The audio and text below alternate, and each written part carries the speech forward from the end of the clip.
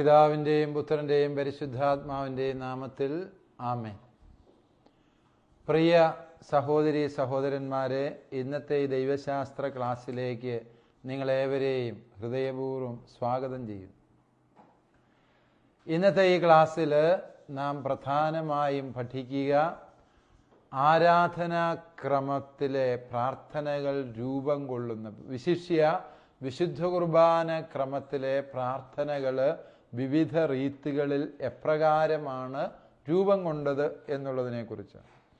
പുതിയ നിയമ കാലഘട്ടത്തിലും അപ്പസ്തോലിക പിതാക്കന്മാരുടെ കാലഘട്ടത്തിലും വിശിഷ്യ ഡിഡാക്കയിൽ, ദിദാസ്കാലിയ അപ്പസ്തോലോരുമിൽ, അതുപോലെ ക്ലമൻറ്റിൻ്റെ ലേഖനങ്ങളിൽ ഒക്കെ വിശുദ്ധ കുർബാനയെക്കുറിച്ച് പറയപ്പെട്ടിട്ടുള്ള കാര്യങ്ങൾ, ആ വിശുദ്ധ കുർബാന പ്രാർത്ഥനാ രീതികളെക്കുറിച്ച് പറയപ്പെട്ടിട്ടുള്ളത് വളരെ സവിശേഷമായിട്ട് നമ്മൾ കഴിഞ്ഞ ക്ലാസ്സിൽ പഠിച്ചു തുടങ്ങിയത് അപ്പസ്തോലിക് കോൺസ്റ്റിറ്റ്യൂഷൻ എന്ന പേരിൽ അറിയപ്പെടുന്ന ഗ്രന്ഥത്തിലെ വിശുദ്ധ കുർബാന അർപ്പണ രീതിയെക്കുറിച്ചുള്ള പ്രതിപാദനങ്ങളാണ്.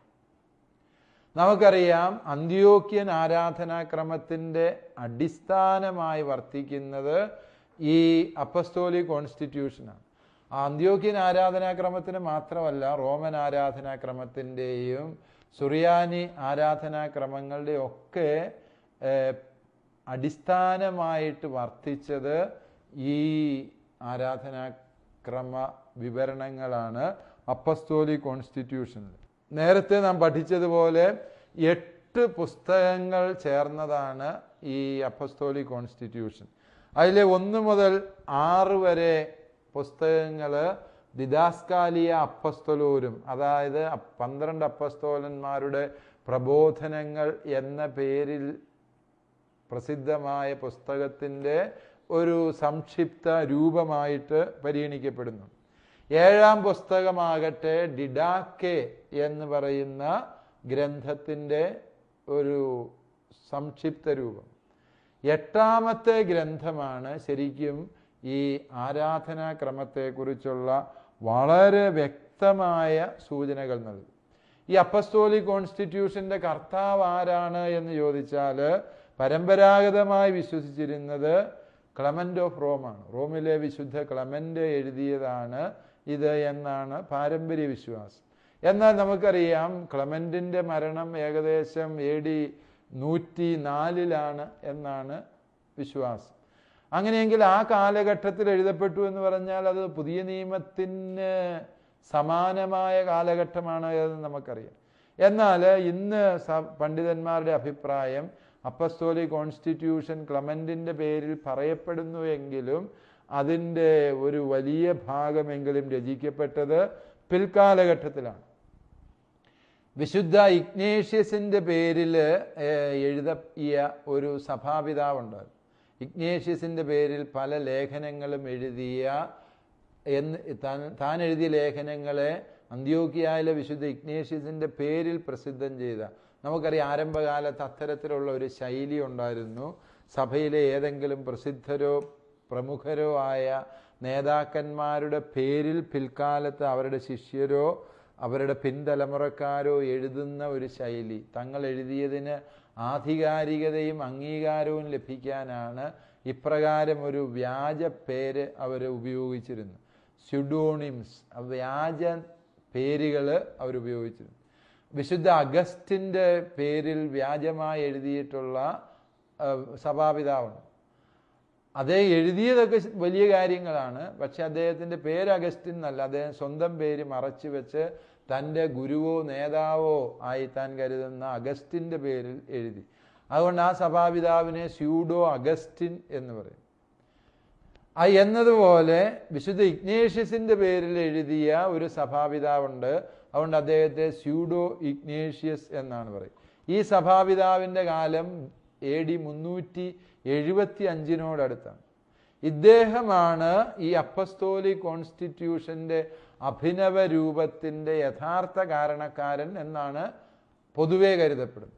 അങ്ങനെയെങ്കിൽ 4-ാം നൂറ്റാണ്ടിൻ്റെ അവസാനത്തോടെയാണ് അപ്പസ്തോലിക് കോൺസ്റ്റിറ്റ്യൂഷൻ്റെ അഭിനവ രൂപം നിലവിൽ വന്നത് എന്ന് നമുക്ക് അനുമാനിക്കാം.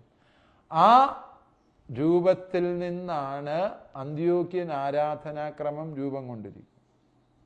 വ്യക്തമായ തെളിവുകളുടെ അടിസ്ഥാനത്തിൽ നമുക്ക് പറയാൻ സാധിക്കും ഈ അന്ത്യോക്യൻ ആരാധനാക്രമം എന്ന് പറയുന്നത് ഈ വിവിധ ഘട്ടങ്ങളിലായിട്ട് വികസിച്ചു വന്നു.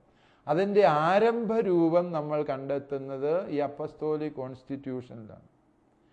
അന്ത്യോക്യയിലെ വിശുദ്ധ ഇഗ്നേഷ്യസിൻ്റെ സംഭാവന എന്ന പേരിൽ പറയപ്പെടുന്നുവെങ്കിലും ഇഗ്നേഷ്യസിൻ്റെ കാലശേഷമാണ് ഇത് രൂപം കൊണ്ടത് എന്ന് നമുക്ക് മനസ്സിലാക്കാം. ഇതിൻ്റെ ഗ്രീക്ക് രൂപത്തിലുള്ള ലിറ്റർജി അറിയപ്പെടുന്നത് ഇത് Greek liturgy of saint James എന്നാണ്.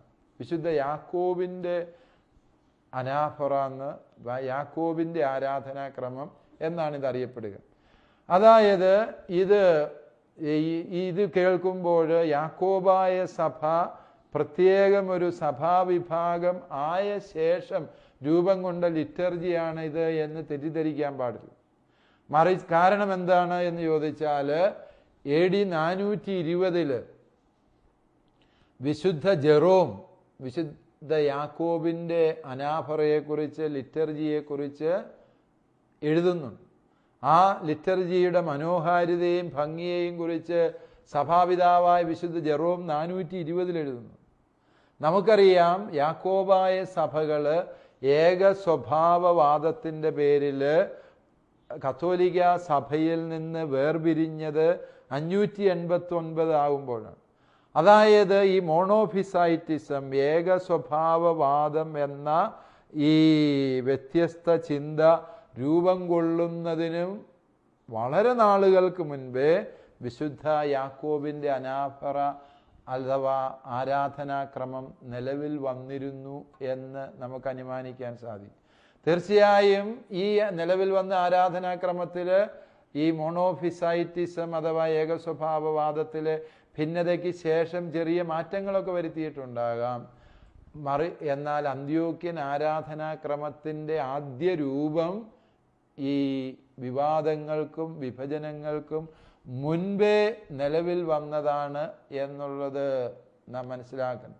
അതുകൊണ്ട് തന്നെ ഈ ആരാധനാക്രമത്തെ, അന്ത്യോക്യൻ ആരാധനാക്രമത്തെ ഏറ്റവും ആദരവോടെ സ്നേഹത്തോടെ എല്ലാ റീത്തുകളും കരുതേണ്ടതുണ്ട്. കാരണം സഭയുടെ ശ്രേഷ്ഠമായ ആരാധനാക്രമ പാരമ്പര്യത്തിൽ വലിയൊരു സ്ഥാനം അന്ത്യോക്യൻ ആരാധനാക്രമത്തിനുണ്ട് എന്നതിൻ്റെ ചരിത്ര സൂചനകളാണ് നമ്മൾ പഠിക്കാൻ ശ്രമിച്ചു.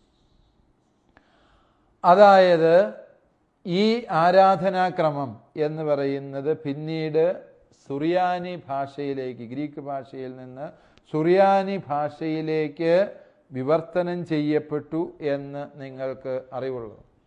ഈ ആരാധനാക്രമം, അന്ത്യോക്യൻ ആരാധനാക്രമം അനുഷ്ഠിക്കുന്നവർ നമുക്കറിയാം യാക്കോബായ സഭകൾ, ഓർത്തഡോക്സ് സഭകൾ, നമ്മുടെ നാട്ടിലെ ഈ രണ്ട് സഭകൾ അന്ത്യോക്യൻ ആരാധനാക്രമത്തെ വളരെ വ്യക്തമായും കണിശമായും പാലിക്കുന്നവരാണ്.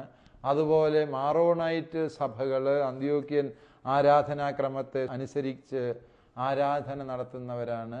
ഈ അന്ത്യോക്യൻ ആരാധനാക്രമം ഇതൊക്കെ രൂപം കൊള്ളുമ്പോൾ നമ്മൾ മനസ്സിലാക്കുക, അന്ത്യോക്ക് സഭയുടെ